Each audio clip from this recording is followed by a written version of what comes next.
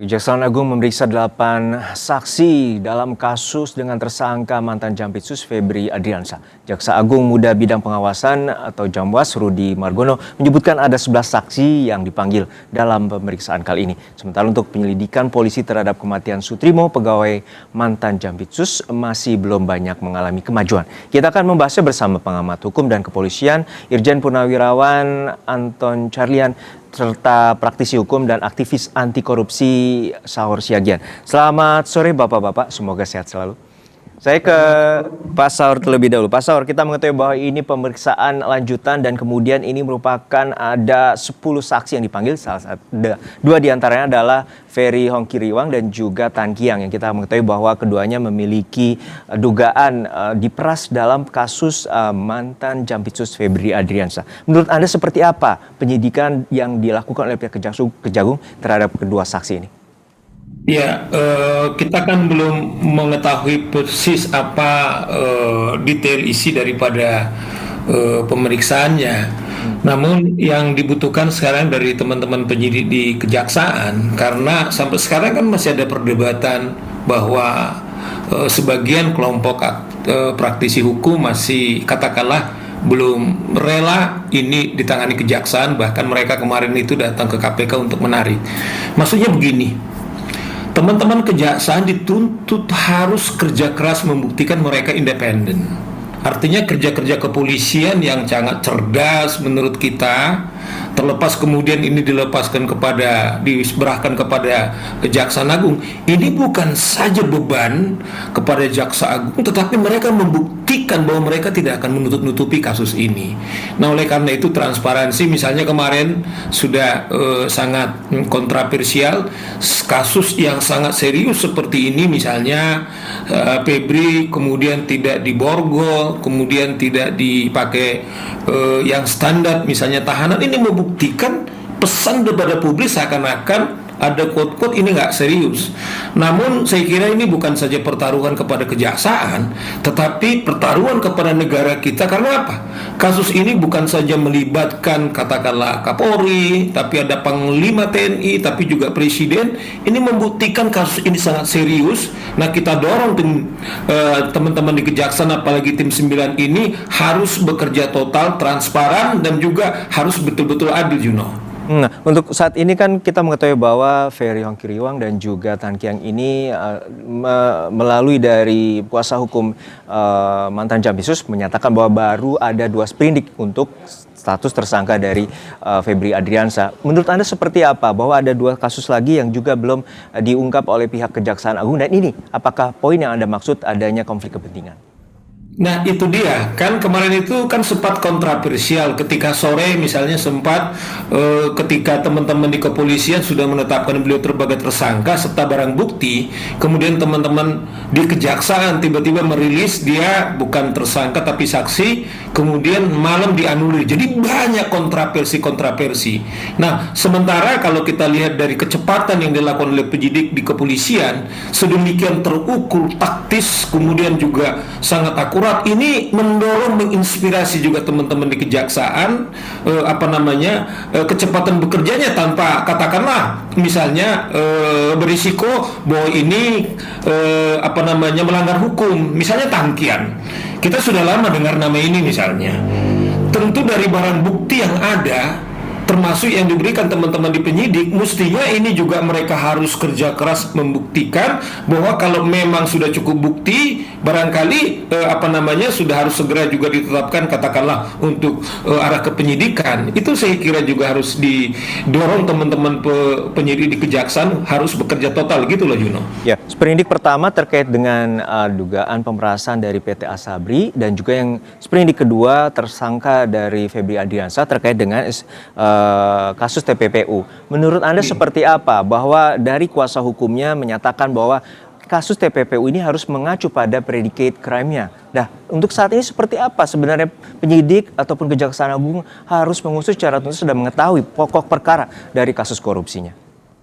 Juno, saya kira memang kita kan bisa mengamati dari luar.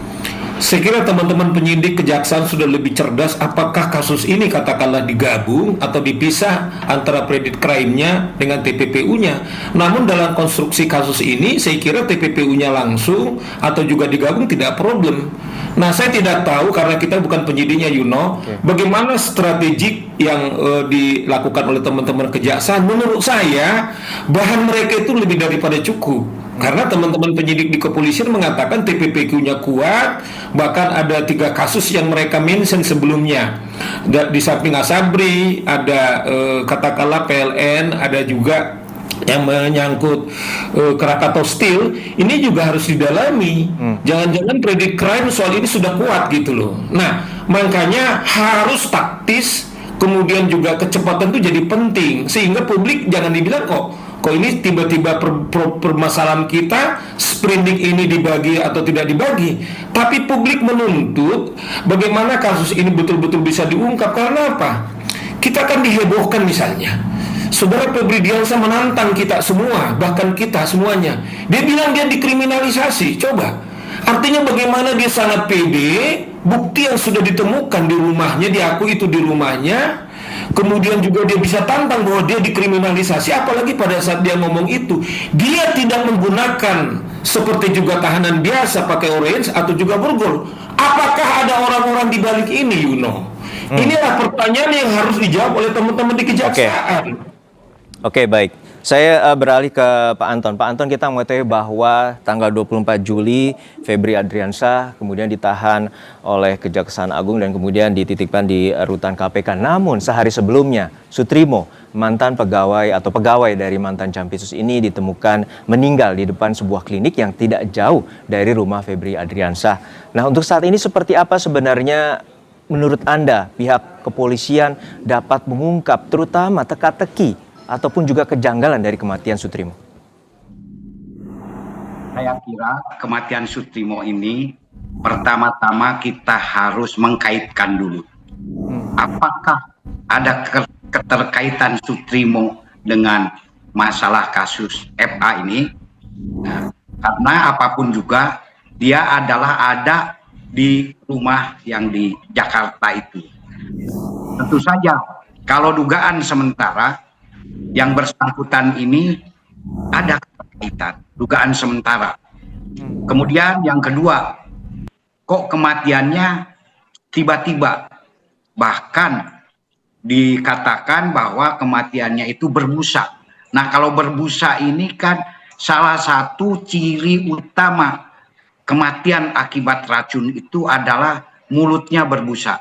Kebetulan saya menangani Cak Munir dulu, salah satunya berbusa dulu. Kemudian Mirna juga berbusa juga. Nah, ini adalah sebuah kematian yang tidak wajar. Sehingga di sini perlu kita dalami, perlu kita olah TKP.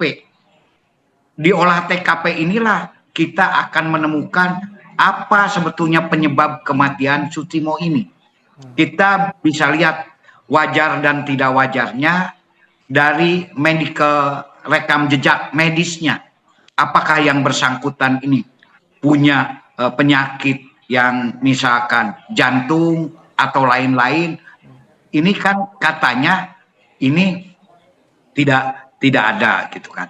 Kemudian juga seandainya keluarganya tidak bersedia untuk diotopsi, karena memang untuk mengetahui penyebab kematian itu harus sekarang bukan otopsi lagi, ekshumasi.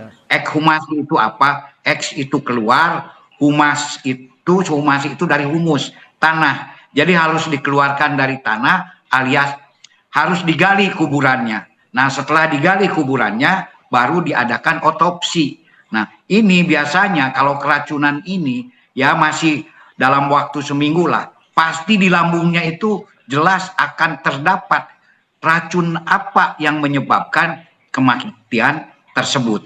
Dan di sini yang paling utama, saya lihat juga tim lapor sudah datang, olah TKP juga sudah 2 kali dilakukan. Nah, di dalam olah TKP ini pun juga, mari kita sama-sama yang namanya di olah TKP itu ada yang disebut triangle evidence, yaitu ya bukti-bukti, saksi, TKP itu sendiri, dan kemudian korban yang mengarah tersangka, ini semuanya itu akan menjadi barang bukti. Inilah triangle. Nah, di sini kita susuri misalkan siapa yang pertama kali membawa atau menemukan mayat ke rumah sakit.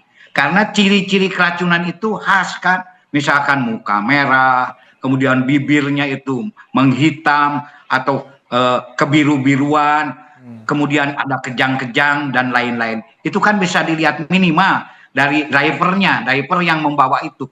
Kalau memang tidak ada. Dan kemudian mungkin kita juga bisa melihat pertama dari saksi.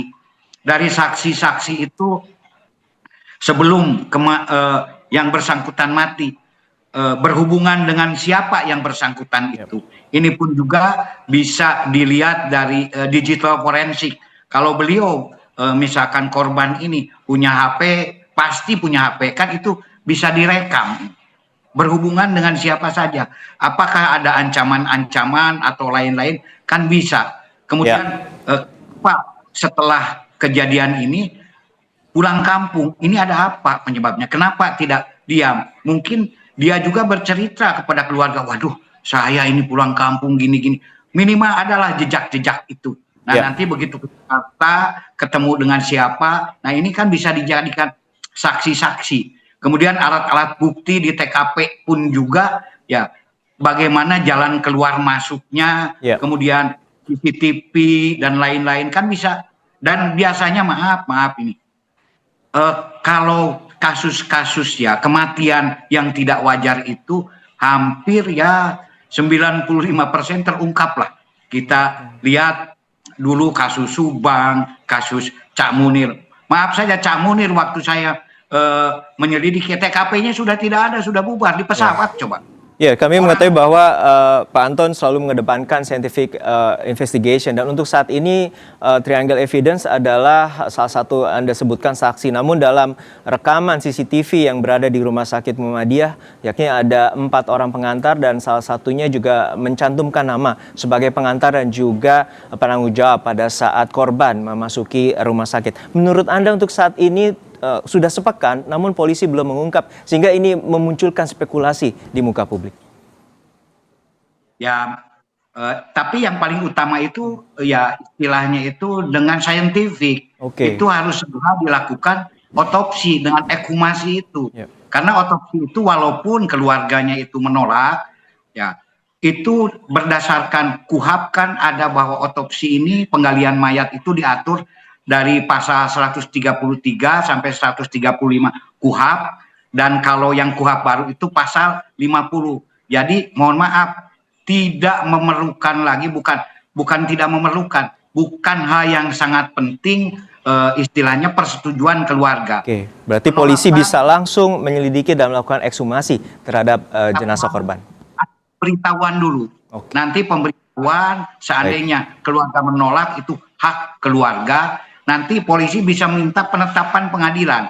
Nah sambil berjalan segera dilakukan. Karena makin lama di dalam tanah ini kan, ini akan makin mengabulkan ini. Nah ini setelah itu kan ini ajas kepentingan publik, kepentingan umum, ajas principle interest of public ini kan harus didahulukan. Jadi kepada keluarga saya himbau juga, lebih baik menyetujui, karena ini bukan masalah setuju dan tidak setuju. Seandainya tidak setuju pun juga kan ada upaya yang diperbolehkan oleh hukum untuk ekshumasi maupun otopsi. Nah dari otopsi inilah nanti akan jelas sekali apakah ini betul-betul keracunan atau tidak. Nah kalau keracunan ya sudah, ini sudah menjurus sekali kan. Nah sementara yang paling, kalau dari saksi-saksi masih kita kabur, karena saksi itu ya salah satu alat bukti yang paling rawan. Saksi ini bisa berubah. Hari ini A, hari ini B, hari ini takut, hari ini baru berani. Ini tetapi ketika dengan scientific ini pasti ini akan lebih memastikan.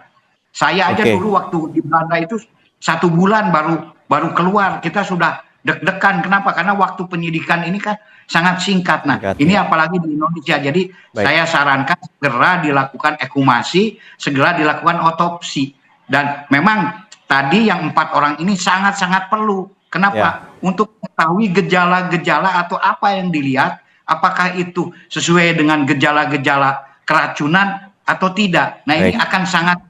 akan sangat menentukan sekali, sehingga ada ya istilahnya integrasi satu keterkaitan antara keterangan yang satu dan keterangan yang lain. Ya, ini masih Kalau dalam yang teka-teki dan juga perlu penyelidikan lebih lanjut oleh pihak kepolisian terkait dengan penyebab atau musabab dari kematian korban Sutrimo. Terakhir ke Pak Saur Siagian terkait dengan barang bukti 74 kg batangan emas, ini fantastis, dan juga jumlah nominal uang dengan mata uang asing setara 536 miliar. Untuk saat ini kepemilikannya masih menjadi teka-teki juga. Apakah dengan pemeriksaan ini akan menemui titik terang dari penyidik bahwa baik emas maupun uang ini merupakan yang ingin dituju oleh para penyidik terhadap para saksi yang diperiksa kali ini? Pak Saur. Pak Saur? Sepertinya masih di mute. Pak Saur? Boleh di-unmute? Iya. Ya. Saya sedikit mau komentari soal Sutrimo, bisa nggak? Silakan. Nah, kalau cara kerja analisis hukum itu kan logik gitu loh. Misalnya gini loh, kriteria saksi itu kan apa ya, seseorang yang melihat, mendengar, dan mengalami. Salah satu lagi itu petunjuk. Ya. Maksud saya begini, mulai dari misalnya yang uang 500 miliar ini kan menurut pengacara temennya itu kan katanya uangnya dia. Ya kan? Nah, artinya adalah bahwa semua orang-orang yang didekat oleh Febri Ardiansyah kemungkinan tahu persis, dan mereka ini akan dilibatkan. Contoh yang lain misalnya di LHKPN, soal rumah yang ditempati oleh Febri Ardiansyah. Sebelumnya itu tidak dilaporkan di LHKPN, tapi kemudian muncul di nama istrinya. Bayangkan jaksa yang hanya jaksa katakanlah biasa, tidak dapat mendapatkan jabatan, kekayaannya luar biasa. Dan ini membuktikan adalah orang-orang di sekitar daripada Febri Ardiansyah itu dilibatkan untuk menutupi kejahatan ini. Inilah menurut saya juga diduga dari analisis petunjuk bahwa Sutrimo juga berkaitan dengan itu. Oke, Anda meyakini itu ya? Iya, bukan meyakini. Petunjuk satu kepada petunjuk yang lain. Misalnya tentang rumah yang disentul, dia bilang itu rumah memang rumahnya, tetapi dihibahkan dari mertuanya kepada cucunya. Semua orang-orang yang di dekat dia tentu akan dipakai untuk menutupi. Itu juga mungkin terjadi kepada Sutrimo. Nah, uang 500 miliar ini juga artinya misalnya katakan Febri Ardiansyah katanya itu memang di rumah saya tidak milik saya, ada pemiliknya. Ini juga diduga bukan tidak mungkin itu adalah memang uang dia, tetapi sekaligus juga mengabulkan dengan cara menyebutkan orang lain misalnya penyebutnya. Nah, teman-teman penyidik harus mengejar siapa sesungguhnya, tetapi bukti yang tidak terbantahkan adalah pencucian uangnya sudah terang benderang. Nah, tetapi kalau memang ada di balik ini, karena misalnya dulu kita katakanlah misalnya bahwa Febri Ardiansyah ini adalah bagian di samping Jatpitsus adalah juga tim PKH, ini juga harus diduga bahwa harus didalami. Oke. Jangan di balik ini gitu loh Sutrimo. Baik, kita nantikan semua pengusutan baik di pihak kepolisian terkait dengan musabab penyebab dari kematian Sutrimo, pegawai mantan Jampitsus Febri Ardiansyah, dan apakah ada keterkaitan dengan kasus yang tengah menjerat mantan Jampitsus, dan juga saat ini pemeriksaan terkait dengan saksi-saksi kunci terkait dengan kasus korupsi dan juga TPPU yang menjerat mantan Jampitsus Febri Ardiansyah. Sekali lagi terima kasih Pak Anton Carlyan, Irjen Purnawirawan Anton Carlyan, mantan Kapolda Jawa Barat, dan juga Pak Saur Siagian, aktivis dan juga praktisi hukum, aktivis anti korupsi. Terima kasih Bapak-Bapak atas perspektifnya.